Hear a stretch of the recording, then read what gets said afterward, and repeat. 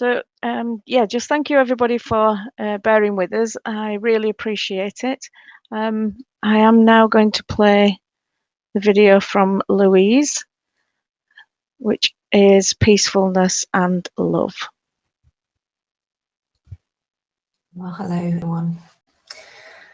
Welcome to this talk that I've titled The Heart Speaks, Love and Peacefulness. It's a delight to be with you here this afternoon at this wonderful event. And I would like to say a huge thank you to Rachel and her team for making this weekend possible and for giving space for the heart's voice to be heard.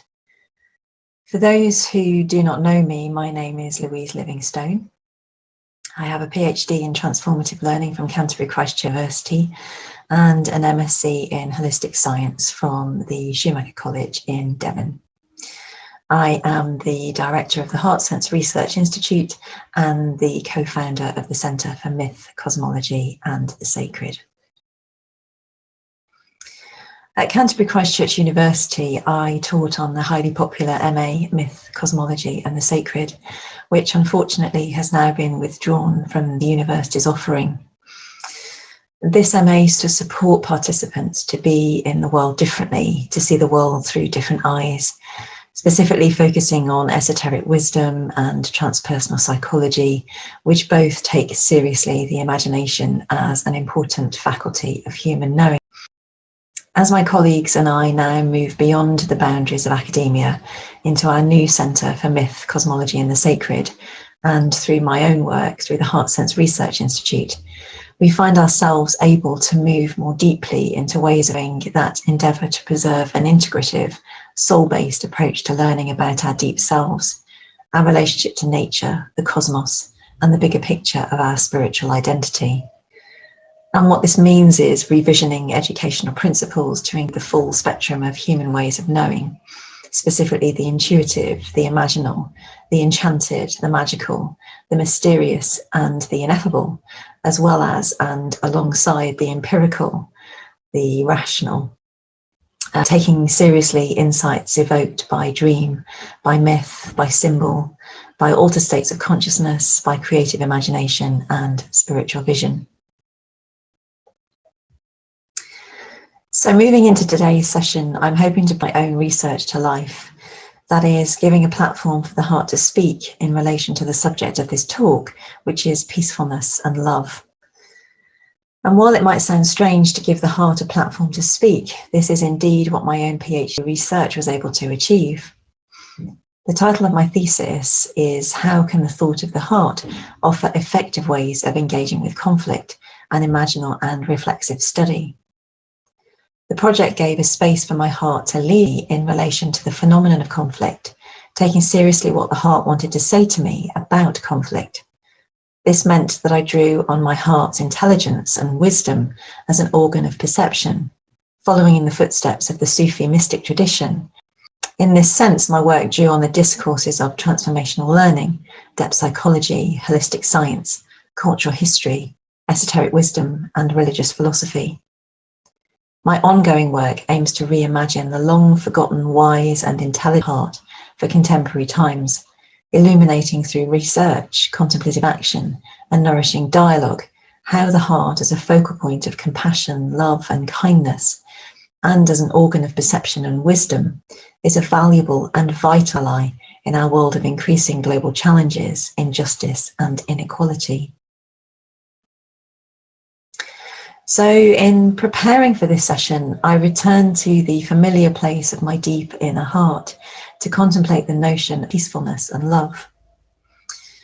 Of course, love and peacefulness have many different definitions depending upon what context they are used.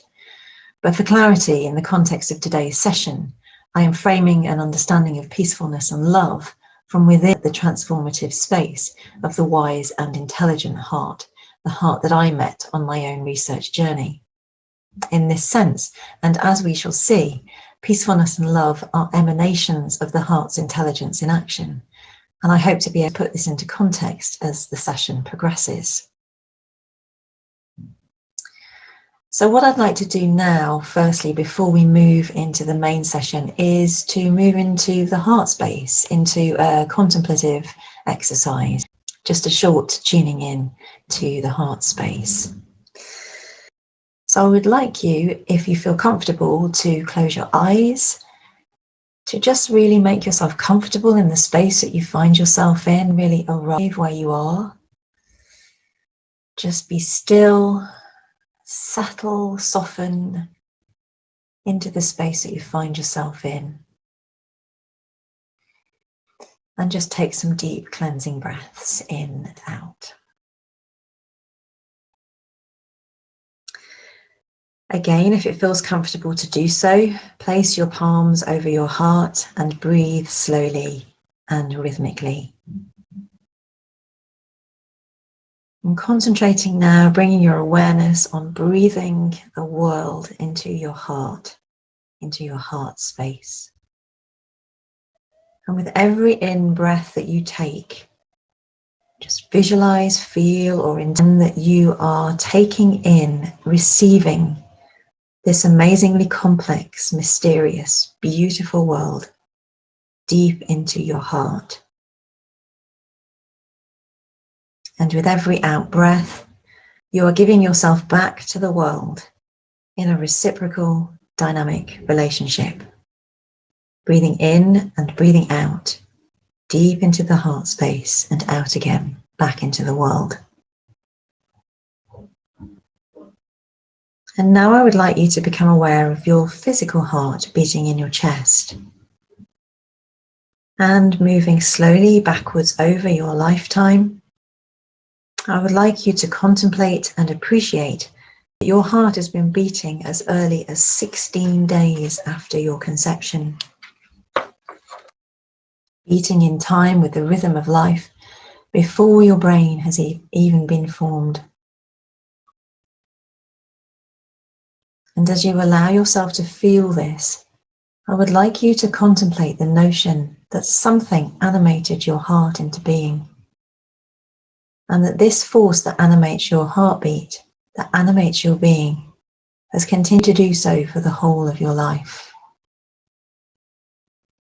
Expressing itself through every beat of your heart. And now moving back up the timeline from your conception to now, acknowledge all that your heart has experienced in relationship with the world. Physically, emotionally, spiritually. Widening your perception to the possibility and a greater awareness that your heart is not only a biological organ, but a sensing, feeling organ of perception, in tune with the world, responding moment to moment to the world's invitation to participate in its unfolding. Certainly your physical heart is also a heart that knows, that loves, that feels in multiple ways and connects us to so much more that often we are unaware of, to other mystical, more transcendent realms, to the subtle realm.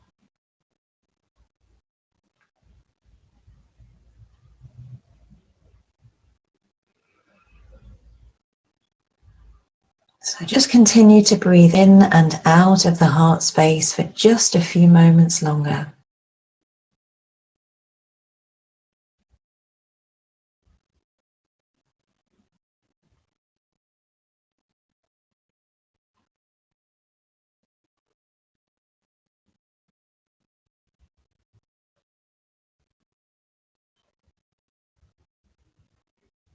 Perhaps being aware of the heart's qualities, a sense of peace that maybe you feel in connection in this moment. Perhaps an expanded sense of awareness of yourself in the world. Perhaps that is a sense of love for all things. And just becoming curious about what the heart makes possible. particularly in relation to this session today.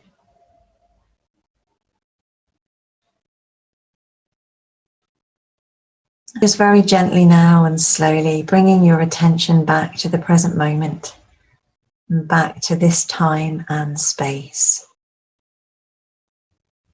When you are ready, please just come back to the room and open your eyes.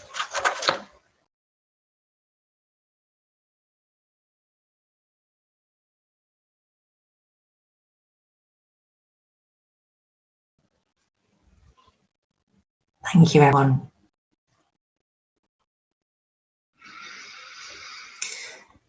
So now we are in the heart space, and I'd like us to continue our focus from this place and to receive the words that are spoken in this session into the heart space first. Just opening up with all the lovely heart qualities of kindness and love and compassion and empathy and curiosity and wonder.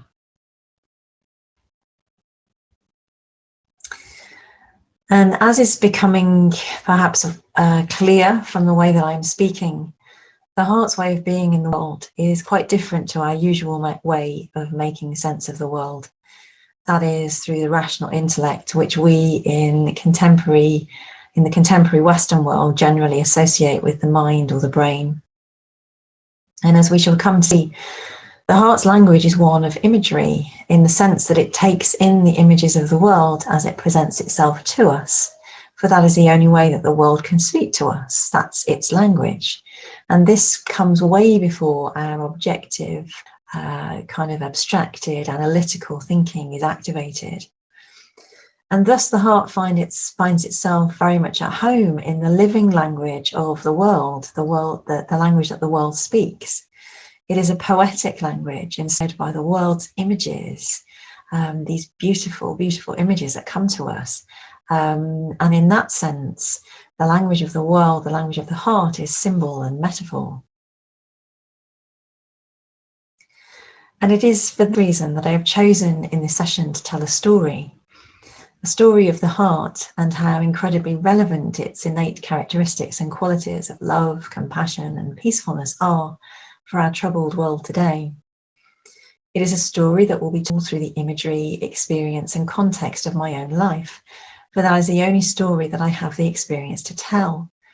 But within the telling of this story also lies an invitation in the sense that this story invites the opening of possibility through my own heart's words to touch your own heart, perhaps creating the possibility to retune your awareness to the soft whisperings of your own heart, which are always guiding you, whether you are aware of this or not. So in this session, again, I invite you, if it feels comfortable to do so, to continue to focus on your heart, inviting the words that follow and accompanying images into the heart space. So as a young child, the world would talk to me, stone, plant, tree, animal, each had their own way of communing with me. I was in relationship with the world, growing in so many ways in relationship with each member of the more than human world that I had the privilege to meet. This conversation with the world took place through direct experience, through touch and taste, smell, feelings, and intuition. Because again, this is the only way that the world can commune with us. And before we learnt language, this was the way that we gain knowledge about the world. This is prior to the kind of discursive, rational intellect that we associate so much today with our minds and our brains. So I gained knowledge about the world in this way. It was direct and intuitive, but sadly, as I grew older, the dynamic, interconnected, enchanted world of my childhood became a distant memory. I was educated, like many of us here today, probably all of us here today, in the contemporary Western framework, where the rational intellect, as I've said already, generally associated with the mind, situated in the brain, took precedence. Knowing through direct, participative, embodied experience of the world was replaced by another mode of awareness. that is distanced, objective reasoning about the world, analysis, abstraction. And I, along with my peers, learned that a distant stance from life, gaining knowledge through quantitative analysis, measurement, objectivity, was deemed the correct way, but also that it was the only way. And in this sense, the intuitive and experiential ways that I made sense of the world as a child were now labelled mere fantasy or unreal at the level of agreed upon contemporary knowledge. And this had no substance or relevance at the level at which important decisions about the world are made in adulthood. And I recall feeling utterly bereft as I moved into my teenage years. Yet looking back, I fear I was too young to know what I was in the process of losing. And I was losing these other ways of knowing and being in the world. And instead of feeling connected with the world as I did in my younger years and gaining knowledge about the world through my own experience and my intuitive and imaginal capabilities that had given me so much and helped me to learn so much about the world when I was younger, I began to feel utterly separate from it, spending most of my time feeling anxious, worried, and distressed. And this grew more and more intense as the years went by. And physical symptoms then began to plague my life. I recall experiencing debilitating chest pain throughout my early teens, often rendering me unable to breathe properly. I would make frequent visits to my GP, however, nothing physically wrong could be found. And in 1990, at the age of 18, I contracted a life-threatening virus. Having been admitted to hospital after experiencing severe fatigue, breathlessness, and dizziness, I underwent numerous medical investigations, ECGs, echocardiograms, and blood tests. Following a chest x-ray, I recall a cardiologist informing me that there was what appeared to be, in his own words, a black shadow over my heart. And my condition appeared to baffle the medics, and as no diagnosis or treatment was forthcoming, 5 days after admission, I took a turn for the worst, and I was rushed into intensive care. In the early hours of the 14th of August, I experienced my first cardiac arrest, having 2 further events over the course of the next 24 hours. Eventually, I was diagnosed with a condition called myocarditis, an inflammation of the heart muscle, and I spent the next 3 months in coronary care in hospital. After being discharged, I made a slow yet good recovery, moving forward with my life, graduating from university with a degree in business, and marrying at the age of 24. Fortunately, the marriage failed, and I met someone new, which caused considerable conflict in my life in relation to family dynamics. And it was around this time that I began to experience a cardiac condition called atrial fibrillation, a very fast and irregular heartbeat, which had devastating effects upon me, including being unable to work as a result of the debilitating physical symptoms, and the development of anxiety, depression, and agoraphobia, as I slowly lost faith in my heart's ability to keep me healthy and alive. I became obsessed, listening to every single beat of my heart during my waking hours, convinced that if I did not keep a watch over my heart, that it would stop and I would die. And one night, in the mid-2000s, I recall waking up in a severe state of anxiety. I felt completely helpless. I had never felt so distanced or separate from the world. It was so utterly painful that I could not breathe. And in that particular moment, I did not know what to do, who to turn to for support, and I seriously considered taking my own life. However, in one of the darkest moments that I have ever experienced, something stopped me. The only way I can describe this event is a profound intuitive sense that my heart was speaking urgently to me, and that in order to survive and live well into the future, I needed to pay attention and listen.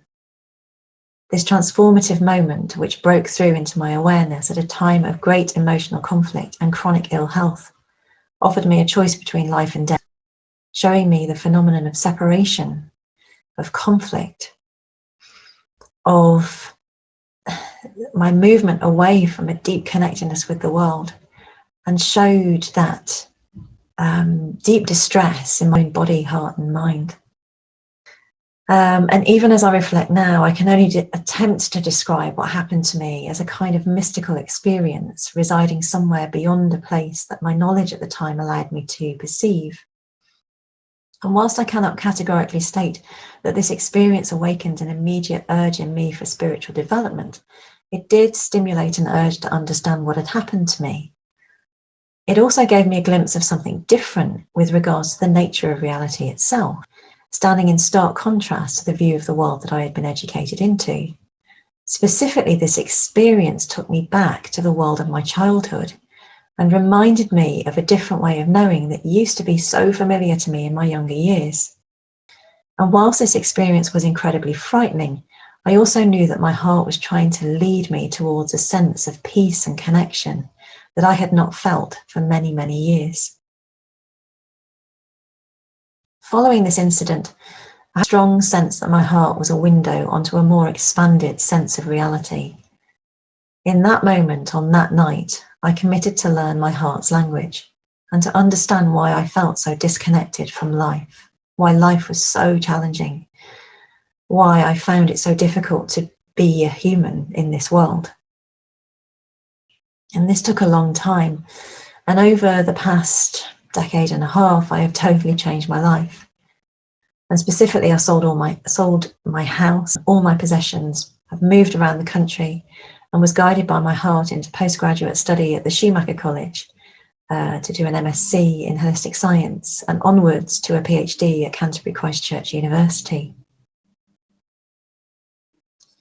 And looking back now, I know that this journey was about me relearning, retuning to my heart's language, because my heart had never, ever left me. It's just that other ways of knowing had become louder and silenced this kind of subtle, gentler, softer ways of knowing. And the pathway that my heart guided me on was to follow my heart into academic research. And my understanding of the intelligence and wisdom of the heart and subsequent practice was particularly informed by religious philosopher Henri Corbin, who himself was influenced by the 12th century Muslim scholar and mystic Ibn Arabi, who himself was drawing on earlier Platonic teachings. Through Arabi's work, Corbin understood the heart as the organ of the imagination, an organ of knowledge that mediates between the material world of flesh and the transcendent world of spirit. In this sense, Corbin helped to develop the contemporary idea of an imaginal mode of consciousness, which, for Corbin, enables an individual to converse with subtle, transcendent realms, which are deeply spiritual and infinitely real. For Corbin, this ability is made possible through the organ of the imagination, that is, the heart. And Corbin's work particularly influenced the depth psychological approaches of Carl Jung and James Hillman. And it was Hillman himself who understood, and Jung particularly, who understood the imagination as a bridge between the unconscious and conscious realms of the psyche. And in this sense, when I talk about the imagination, in this context, it is understood in its broadest sense as a faculty of knowing that human beings have. And in this sense, it's a way to seriously engage with whatever might lie beneath outward appearances that are maybe more rational, objective, abstractive, quantitative, which would not allow access to. And of course, this is in stark contrast to contemporary understanding in that framework that defines the imagination as an escape from or substitute for reality. But it's not that. The imagination is a subtle way of knowing. And of course, I need to point out that Corbin, Jung, and Hillman's use of the imagination differs in the sense that Corbin took a philosophical religious approach, and Hillman and Jung took a depth psychological approach. And what is important to say here is that the imagination, or an imaginal mode of consciousness, offers a way of engaging more fully with subtler realms of life.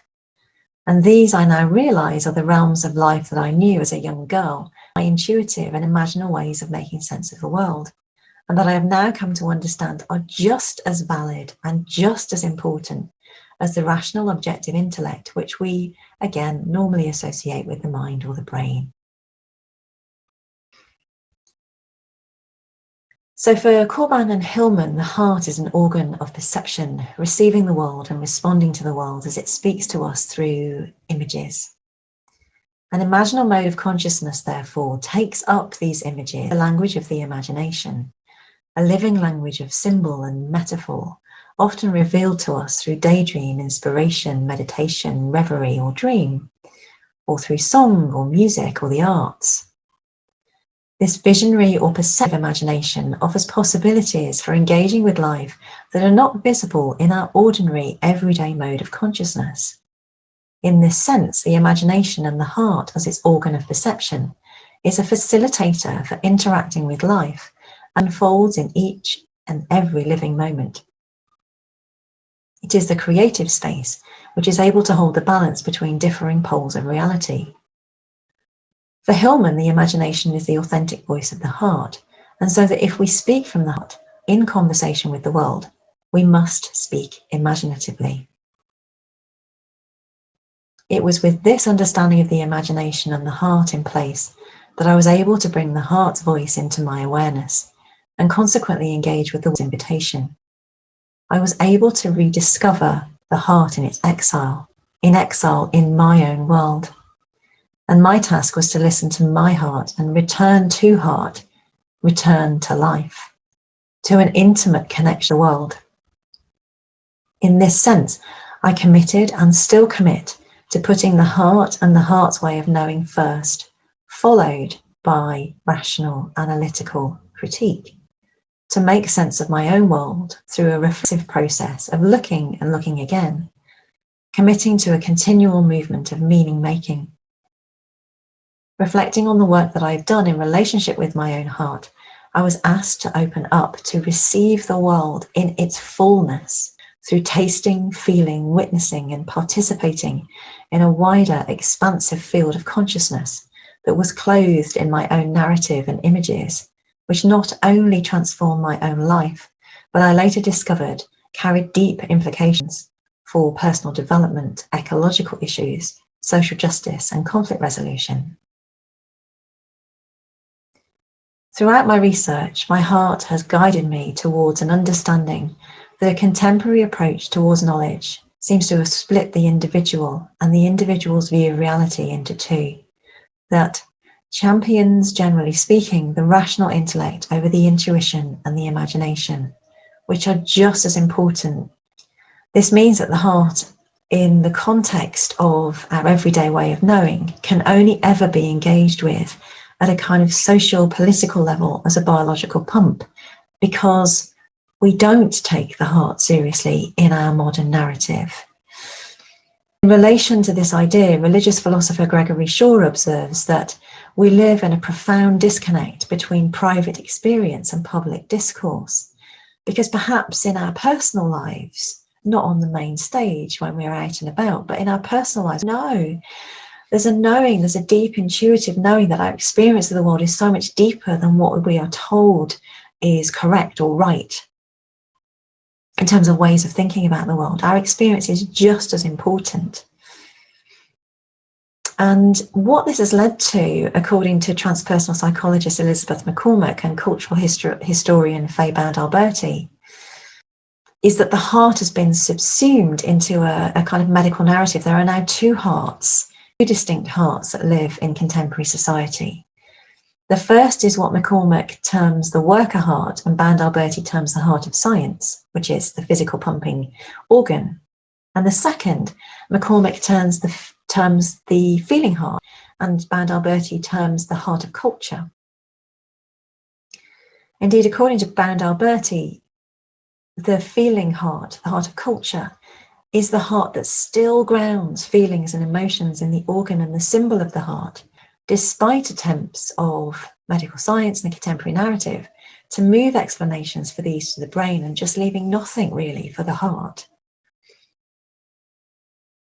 However, as depth psychologist Robert Romanishyn points out, while we know the heart is a biological organ and many of us know our heart is a pump, no one except in extreme circumstances of illness or accident which disrupt the flow of one's life experiences the heart in this fashion.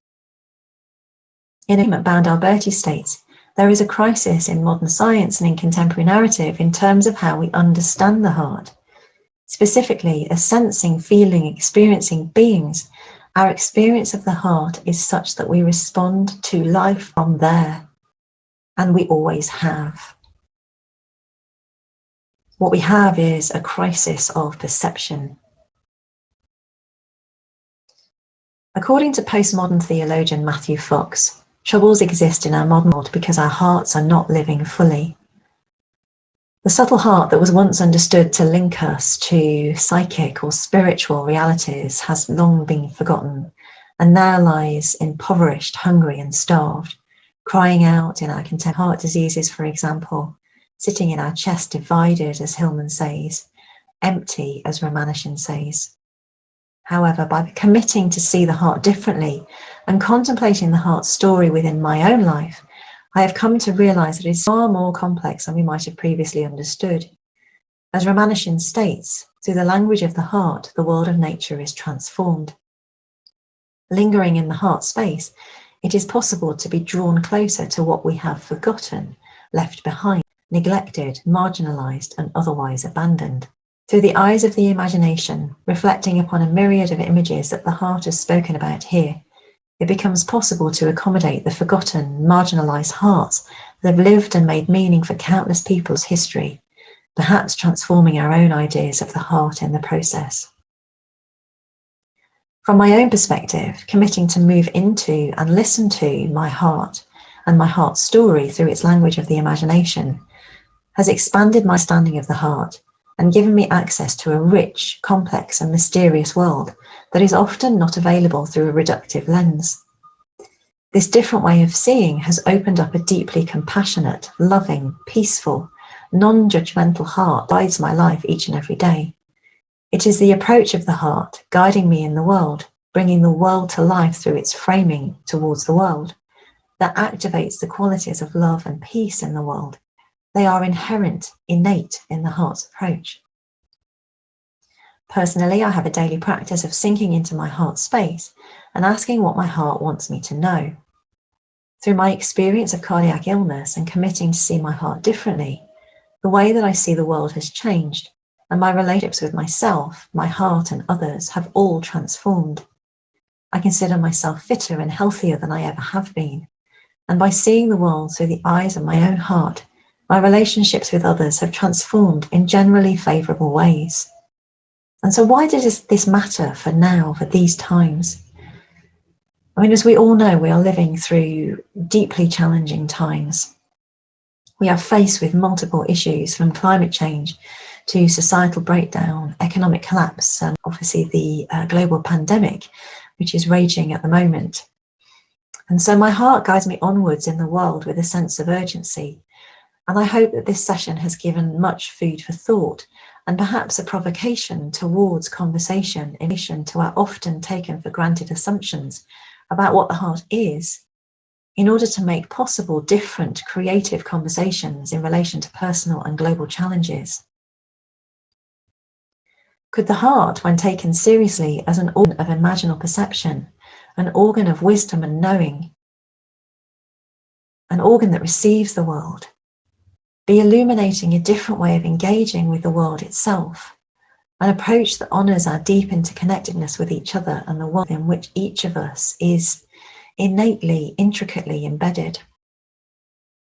It seems that the subtle heart of our imaginal and intuitive awareness is well placed to support us to widen our gaze and deepen our thoughts in relation to the world around us.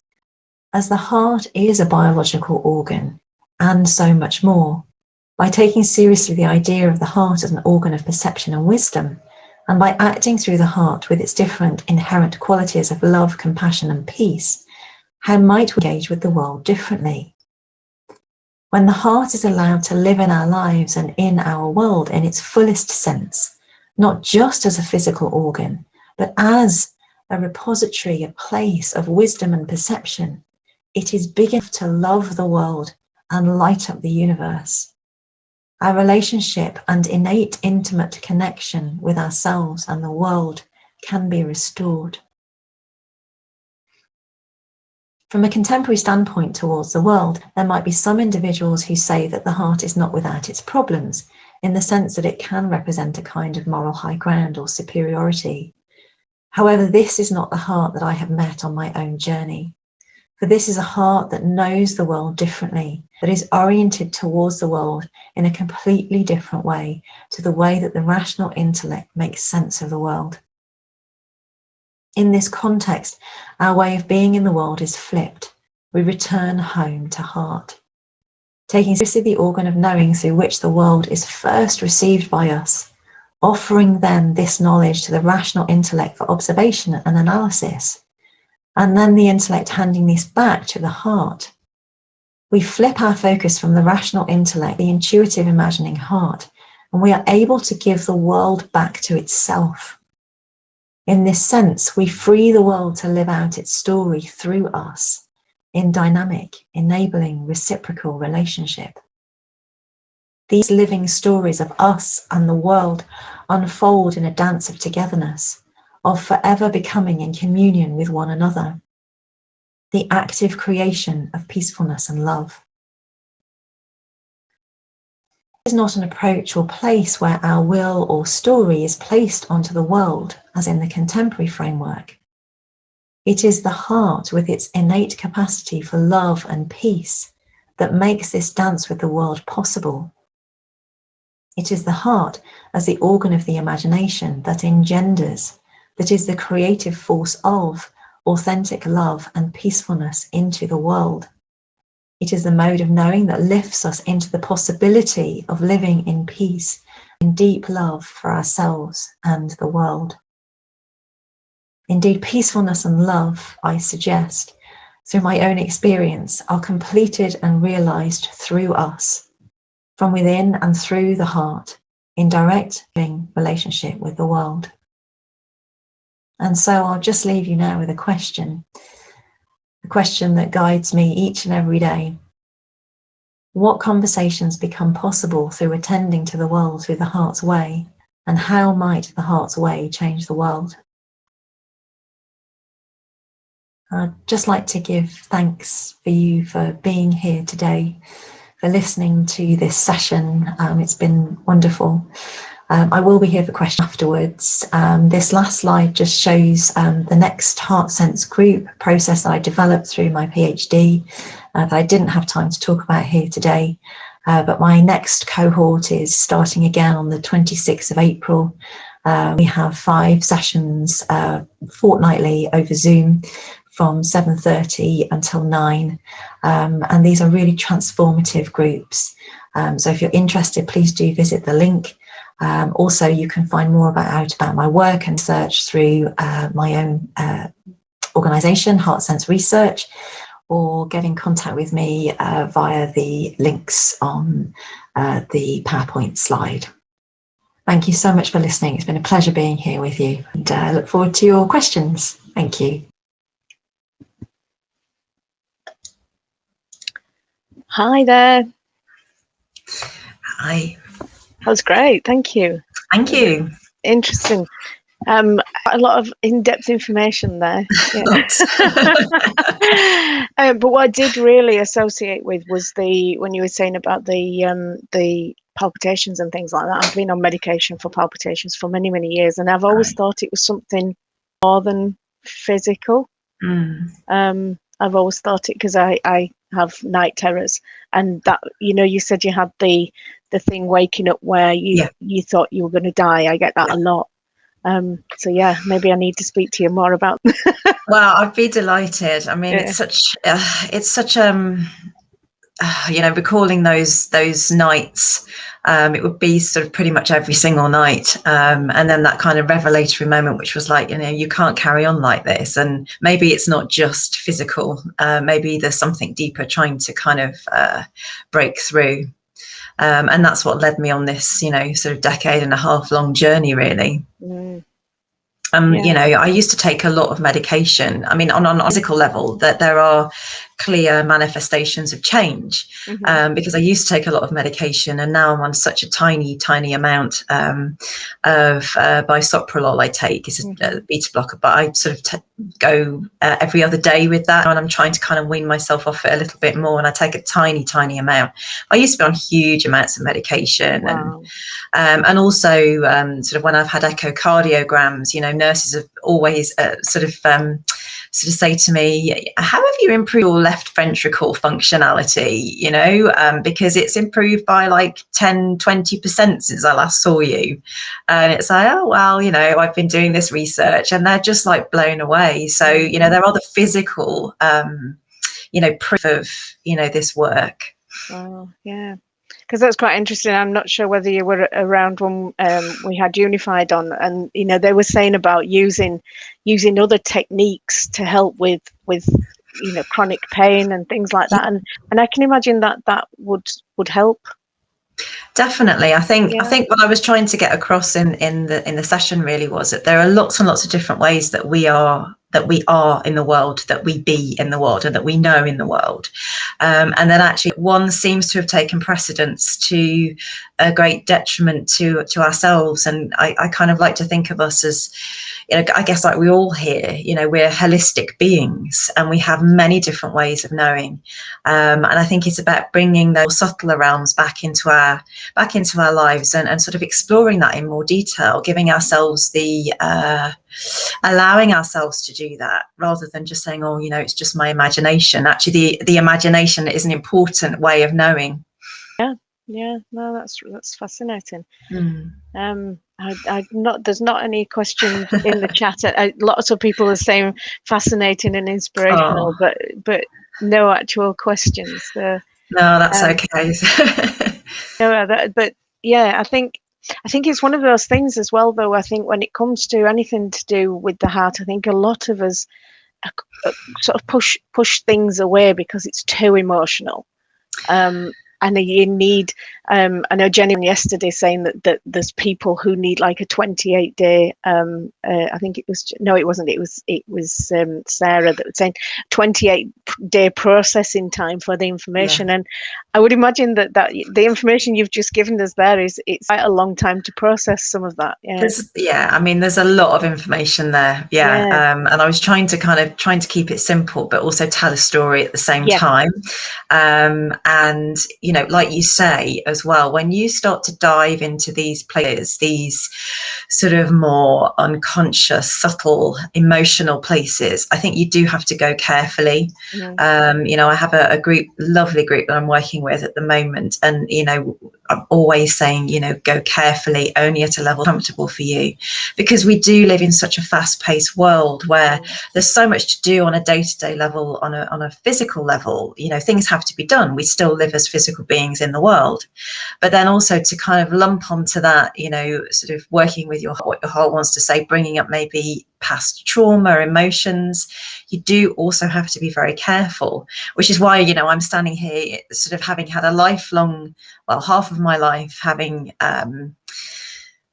you know, sort of in deep conversation with my heart, really, if you think about the symptoms that I had when I was 18, but then also trying to work out what on earth that event was, you know, sort of 15 years ago. So I'm 15 years on from that event. So again, I would say to everybody, go carefully, go slowly. And even if it's just saying to your heart, hey, I know that you're more than a biological organ, even if it's just that to start off with, then it just gives your heart permission to kind of speak more in your life. But always go at a level that's comfortable for you, because otherwise it's, you know, you don't want to open things that you're not ready to open.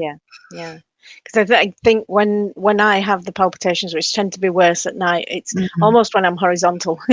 It seems to get worse. And I try to sort of have a heart cuddle, almost as if it's saying, I just need a hug. Give me a hug before you go to sleep, and that kind of thing. So I'll try and relax all my toes and my fingers and everything, and just put my hands, like I said, just over your heart, and just breathe deep. And that tends to make me go to sleep as well. That's lovely. And so the words that I'm getting now as well is, you know, if you can just say to your heart, you know, thank you. I love you, I feel you, I see you. Yeah. You know, because the heart just wants to be acknowledged and noticed. Yeah. And even if it's that, then that's more than I ever did anyway. Yeah. Yeah, we take it for granted, don't we? And without it, Yeah. yeah, we're not here, are we? Yeah. And I think that's the thing. I think everything else, all your other things that you can have illnesses with, it's debilitating, but it's not the end. When you don't look after your heart, that's it, isn't it? Yeah. That's what I found as well. I was so scared, because it was like, well, if anything happens to my heart, then I'm not going to be here anymore. So it really sort of brought everything home to me about how important my heart was, even though every part of me was trying to kind of get away from it, to push myself away from it, from the symptoms, from everything that was happening. Actually, you know, it's like that advice, isn't it? The only way through, you know, to get to the other side is actually through. Yeah. To go through what it is that is actually you're trying to get away from, or to face it even. Yeah. And that, I guess, is has been my work for the past 15 years, really. But it's been really challenging, really tough. But then I just say to myself, I wouldn't have done it any other way. Absolutely. Yeah. I wouldn't have. You know, my heart now is just my best friend, my greatest teacher. I sort of, I feel everything. You know, this morning I woke up and I was just feeling, you know, quite emotional about some things that have been going on. And it's okay. It's okay to feel. Yeah. Yeah. It's actually okay. So let's just feel. Yeah, definitely. I think one of the presentations that I did yesterday, one of the things is when we get to the heart chakra, which is the green, is find your feels. Yeah. And that is it's really important to not go with what somebody else feels, because that's not yours. Exactly.